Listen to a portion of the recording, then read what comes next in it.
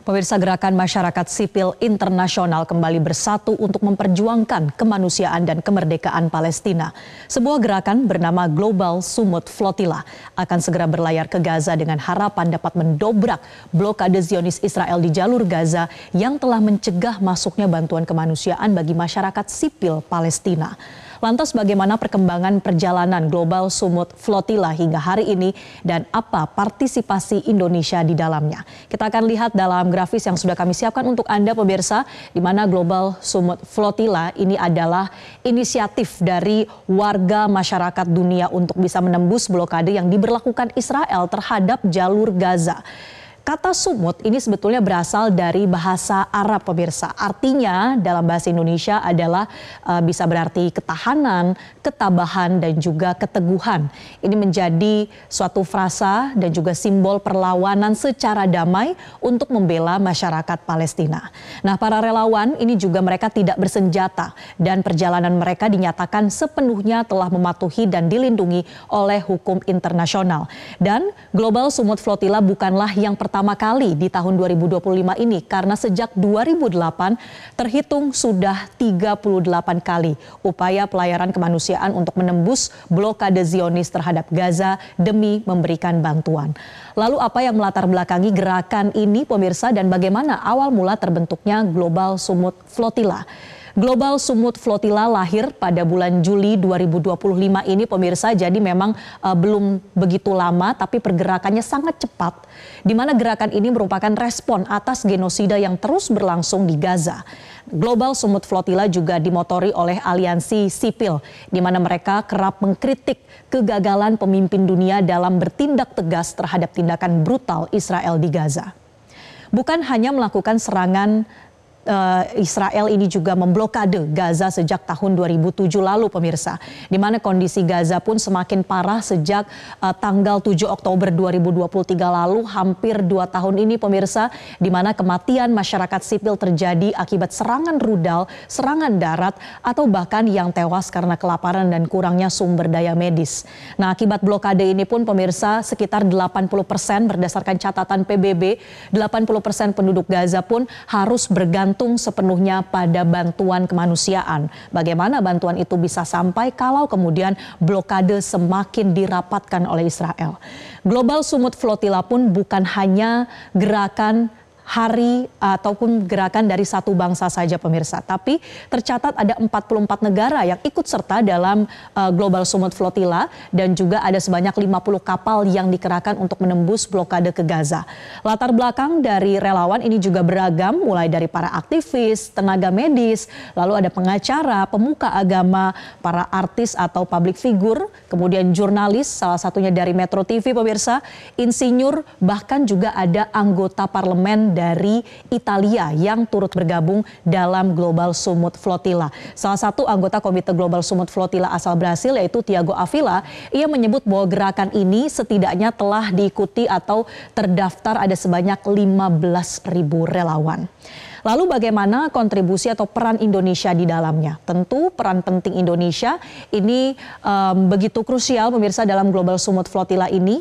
Ada 5 kapal yang dikerahkan dari Indonesia. Kapal-kapal ini diberikan nama-nama pahlawan. Ada kapal Soekarno, kapal Malahayati, kapal Hasanuddin, kemudian kapal Diponegoro dan kapal Pati Unus. Kementerian Luar Negeri pun sudah mengonfirmasi terus memantau bagaimana kondisi dari 30 warga negara Indonesia yang ikut dalam pelayaran misi kemanusiaan Global Sumut Flotilla. Indonesia pemirsa juga tergabung dalam suatu kelompok yang dinamakan Sumut Nusantara. Ini bersama-sama dengan negara Asia lainnya, baik itu dari Malaysia, Filipina, Maladewa, Bangladesh, kemudian Bhutan, Thailand, Sri Lanka, Nepal, dan juga Pakistan. Misi yang dibawa oleh Global Sumut Flotilla ini tentunya jelas dan beralasan pemirsa. Yang pertama, kalau kita lihat ini adalah suatu misi untuk menyalurkan secara langsung bantuan kemanusiaan dengan harapan bisa dibuka terlebih dahulu blokade dari Zionis Israel. Bantuan-bantuan yang dibawa ini berupa bantuan pangan, bantuan air bersih, lalu obat-obatan hingga logistik untuk kebersihan atau sanitasi. Kedua, misi ini juga bertujuan untuk menunjukkan aksi damai tanpa kekerasan ataupun senjata dan menekankan pada solidaritas bukan konfrontasi militer.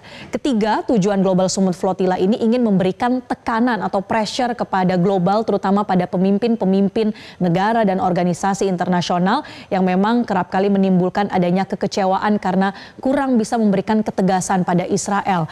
Nah, tekanan global ini diharapkan terus membangun kesadaran juga di tengah masyarakat sipil yang tidak tinggal diam dalam menghadapi blokade dan juga genosida. Harapannya gerakan Global Summit Flotilla juga bisa membangun koridor kemanusiaan rakyat yang mana inisiatif dari masyarakat sendiri ini terus didorong secara independen ataupun mandiri terlepas dari adanya intervensi dari partai politik ataupun organisasi politik lainnya.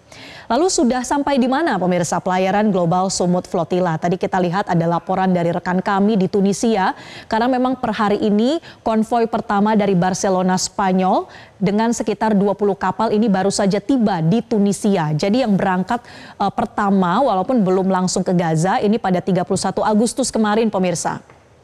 Konvoi dari Barcelona Spanyol, mereka sudah sampai di Tunisia membawa ada tentunya relawan juga yang berada di sana dan relawan-relawan lainnya ini ada yang menggunakan jalur darat ataupun terbang ke Tunisia. Mereka sudah menunggu selama sepekan terakhir ini, tapi bukan hanya menunggu, mereka juga melakukan sejumlah persiapan pelatihan supaya lebih familiar dengan bagaimana kehidupan di atas kapal dan juga protokol-protokol untuk menjaga pertahanan dan pengamanan mereka. Selain itu juga ada konvoi pemirsa dari Italia, tepatnya dari Genoa, Italia yang akan merapat ke pelabuhan Sisilia di bagian selatan Italia. Jadi terfokus di bagian tengah ini.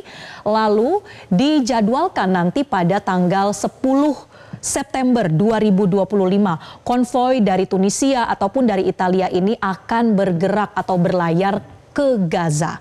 Ini adalah tujuan akhirnya yang kita doakan bersama pemirsa, membutuhkan waktu sekitar kurang lebih 7 sampai 8 hari untuk bisa mencapai tujuannya yaitu di Gaza dari titik tengah yaitu Tunisia. Dan juga untuk pelayaran tanggal 10 September ini sebetulnya sudah 2 kali tertunda. Yang pertama seharusnya dijadwalkan pada 4 September. Namun ternyata ada kendala cuaca yang dialami oleh konvoi dari Barcelona kemarin sehingga harus ditunda ke tanggal 7 September. Lalu ada juga beberapa kendala teknis yang dialami dan juga masih membutuhkan persiapan sehingga baru akan diberangkatkan pada 10 September 2025.